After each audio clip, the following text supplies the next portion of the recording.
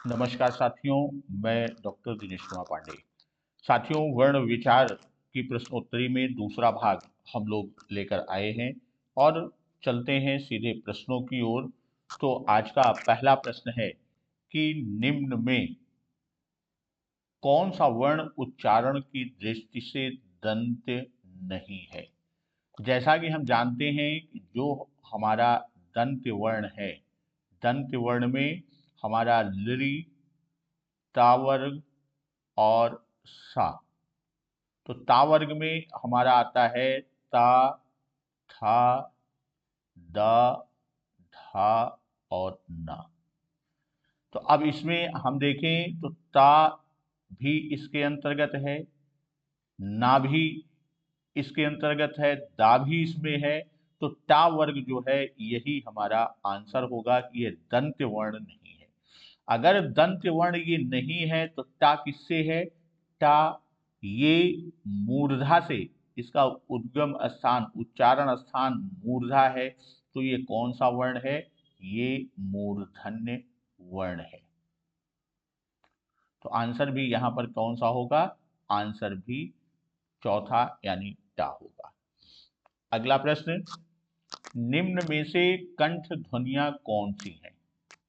कंठ ध्वनि के अंतर्गत हम आप जानते हैं, जैसा उस क्लास में हम लोगों ने कविता याद की थी कि अकह विसर्ग कंठराम, अकह विसर्ग कंठराम, यानी यही ध्वनियां हैं। तो आ में हमारा दो नो आ आता है, ह्रस्व और दीर्घ आ। का में का मतलब होता है कि पूरा का वर्ग। तो का वर्ग का मतलब कि का, खा, ग, घ, अंग, ये। और हा जो है ये कंठ ध्वनि है और विसर्ग आह कंठ ध्वनि है। तो इसमें हम आप देखें तो इसमें हमारा क और खा, ये पहला विकल्प जो है ये हमारा क्या है? कंठ ध्वनि है हमारा आंसर। लेकिन यहां पर अब हम ये देखें कि जो ये बाकी के हमारे विकल्प हैं वो किससे संबंधित हैं। तो टा और णा ये टा वर्ग का है, हम जानते हैं ऋटक से जानो मूर्धा जी। तो ये हमारा टा और णा, ये कहाँ इसका उद्गम स्थान है? इसका उद्गम स्थान मूर्धा है और मूर्धन्य वर्ण कहा जाएगा। चा और जा, चा छा जा झा या, ये आपका चा वर्ग है, इचयस भी है तालुराम। तो इसका उद्गम स्थान कौन सा है? तालु। तो ये कौन सा हो जाएगा? ये तालव्य ध्वनि हो जाएगी। और टाणा क्या हो जाएगी? ये मूर्धन्य ध्वनि हो जाएगी।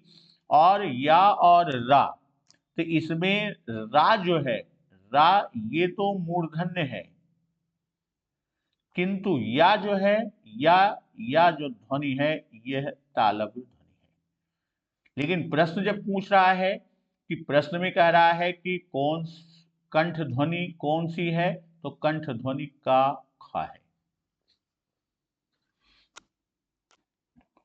अघोष वर्ण, तो अघोष वर्ण में हम आप जानते हैं कि अघोष वर्ण जो होते हैं, अघोष वर्ण के अंतर्गत वर्ग का पहला और दूसरा वर्ण, पहला और दूसरा वर्ण। अघोष में 5 वर्ग हमारे हैं, कौन कौन से? का वर्ग, चा वर्ग, टा वर्ग,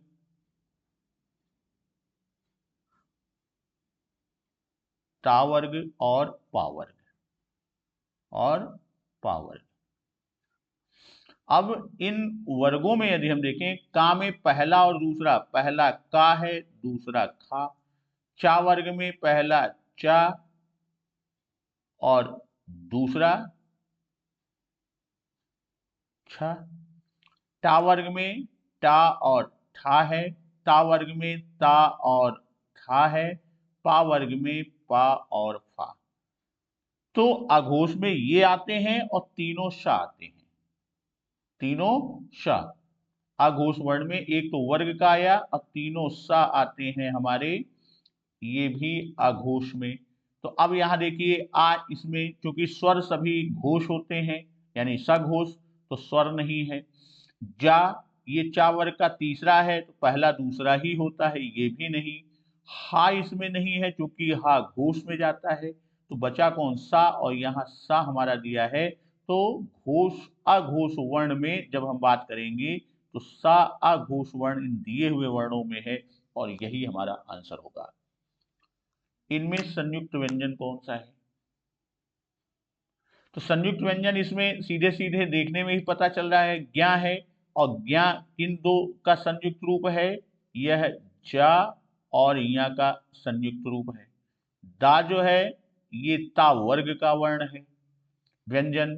गा जो है ये का वर्ग का है और ई जो है ये स्वर है। तो यहाँ जो संयुक्त की बात कर रहा है तो यह बी आंसर ही हमारा क्या है आंसर, की यही संयुक्त व्यंजन है। गा में री की मात्रा लगने पर गा का रूप होता है। तो गा में जब हम गा में री की मात्रा, गा के साथ री स्वर जुड़ता है तो उसकी मात्रा इसके साथ लगता है तो यह रूप होता है गृह। जैसे उदाहरण में हम कहते हैं गृह। तो अब यहाँ हमारा तीसरा विकल्प है जो कि क्या होगा हमारा आंसर। अब अगर हम ग्रा की बात करें तो ग्रा जो है ये संयुक्त रूप है गा और रा का। ग्रा जो है ये किसका रूप है? संयुक्त रूप है। किसका? गा और रा का। गा हलंत युक्त यानी अर्धाक्षर रूप में और रा, और ग्री जो है वह संयुक्त रूप है गा, रा और बड़ी ई। और यहाँ प्रश्न पूछा है कि गा में री की मात्रा लगने पर, तो हमारा विकल्प तीसरा ग्री ये उत्तर होगा। स्पर्श वर्णों की संख्या, तो स्पर्श वर्णों की संख्या हमें मालूम है, स्पर्श वर्णों की संख्या 25 और यही हमारा क्या है आंसर। 5 वर्ग होते हैं, स्पर्श वर्णों में 5 वर्ग होते हैं और पांचों में 5। जैसे 5 वर्ग कौन कौन से हुए? का वर्ग, चा वर्ग, टा वर्ग, ता वर्ग और पा वर्ग। तो इसमें प्रत्येक में 5-5 वर्ण होते हैं। जैसे व्यंजन क, ख, ग, घ, ङ, ये हमारे 5। इसी तरह चा में च, छ, ज, झ, इया। इसी तरह सभी में 5-5 वर्ण होते हैं। तो इस तरह ये 5 का एक वर्ग बनता है और पचम 25 यानी 25 वर्णों की संख्या स्पर्श वर्णों में होती है। पंचमाक्षरों का उच्चारण स्थान, तो जो कविता हम लोगों ने याद किया था, अकह विसर्ग कंठराम इचयस भी है तालुराम रिटक सजानो मूर्धा जी लितस पुकारो दंत जी। तो उसमें अगर हम देखें तो लास्ट में आता है नासिका से पंचमाक्षर। तो पंचमाक्षर का उच्चारण स्थान कहाँ है? पंचमाक्षर का उच्चारण स्थान नाक या इसी को हम नासिका कहते हैं और इसका उत्तर भी यही होगा। ओष्ठ की बात करते हैं तो ओष्ठ में ऊ का दोनों ह्रस्व दीर्घ और पूरा पा वर्ग आता है ओष्ठ के अंतर्गत। तालु में ह्रस्व और दीर्घ ई के साथ साथ चा वर्ग, या और श, ये हमारा तालु में आता है। मूर्धा में री स्वर आता है और टा वर्ग आता है, री ट और हमारा ख सा का दूसरा, ये हमारे मूर्धा में आते हैं। तो यहाँ चूंकि पूछा है कि पंचमाक्षरों का उच्चारण स्थान, तो पंचमाक्षरों का उच्चारण स्थान नाक और यही हमारा विकल्प उत्तर होगा। अगला प्रश्न, किस वर्ण के उच्चारण में गर्म हवा निकलती है? भाई गर्म कब होगा? जब कहीं रगड़ होगा, संघर्ष होगा तो वहां गर्मी होती है। तो जो हमारा ऊष्मीय या संघर्षी वर्ण है व्यंजन, ऊष्मीय या संघर्षी व्यंजन है, ऊष्मीय या संघर्षी व्यंजन के उच्चारण में गर्म हवा निकलती है। इसके उच्चारण में गर्म हवा निकलती है। इसके उच्चारण में गर्म हवा निकलती है। अब ऊष्मीय या संघर्षी व्यंजन में कौन से हैं? तो उसमें तीनों श और हा, यानी इन वर्णों के उच्चारण में गर्म हवा निकलेगी। तो यहाँ पर हा आपका दिया हुआ है, चौथा विकल्प, तीसरा विकल्प हा सी में, तो यही क्या होगा? हमारा आंसर होगा। यज्ञ का वर्ण वियोजन। अब यहाँ देखिए दो चीजें मिलती हैं, एक वियोजन की बात करते हैं और एक संयोजन की बात करते हैं। अब जैसे वियोजन है तो यज्ञ, अब यज्ञ में वियोजित करने का मतलब उसकी एक एक ध्वनि, वियोजन का आशय क्या हुआ? उसकी प्रत्येक ध्वनि को वियोजित करना, यानी प्रत्येक ध्वनि को अलग करना। और वहीं संयोजन की अगर हम बात करें, वर्ण संयोजन की बात करें, तो संयोजन में क्या करता है? विभिन्न ध्वनियों को संयोजित करना, एक साथ लाना, संयोजित करना।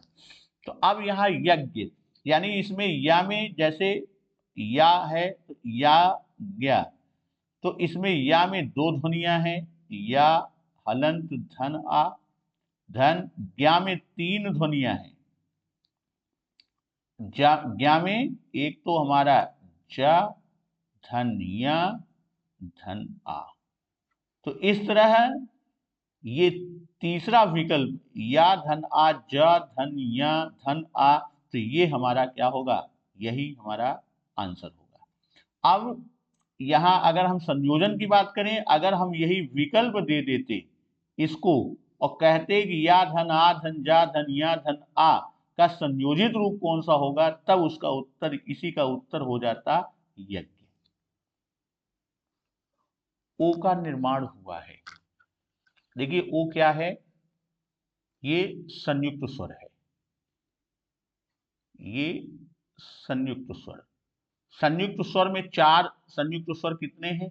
चार हैं। हम चारों का रूप देख लेते हैं, जैसे ए, ऐ और ओ और औ। तो ए का निर्माण जो होता है वह आ का योग, ह्रस्व या दीर्घ आ का योग जब ई से होता है तो उससे ए बनता है। और ए का योग आ धन ए की बात करते हैं तो वह ऐ में बदलता है। और यहाँ ओ की बात हम कर रहे हैं तो ओ क्या होता है? ह्रस्व या दीर्घ आ का योग जब ऊ से होता है तो ओ का निर्माण होता है, संयुक्त स्वर बनता है। तो यहाँ आ धन ऊ बराबर ओ, ये दूसरा विकल्प क्या होगा? यह दूसरा विकल्प हमारा आंसर होगा। तो इस तरह साथियों वर्ण विचार के दो प्रश्नोत्तर के क्रम में दो प्रश्नमाला हम लोग लेकर आए, और अब अगले खंड में, अगले दिवस पर हम लोग व्याकरण का अगला खंड, जो वर्ण परिचय में दो खंड होते हैं, एक वर्ण विचार यानी ध्वनि का और दूसरा व्यंजन का। तो स्वर और व्यंजन हमने पढ़ लिया, स्वर व्यंजन के भेद पढ़ लिया, उससे संबंधित खंड को पढ़ लिया। अब अगला खंड जो आएगा वो हमारा संधि का होगा। तो अगले वीडियो में हम संधि के साथ मिलते हैं। तब तक नमस्कार, वंदे मातरम।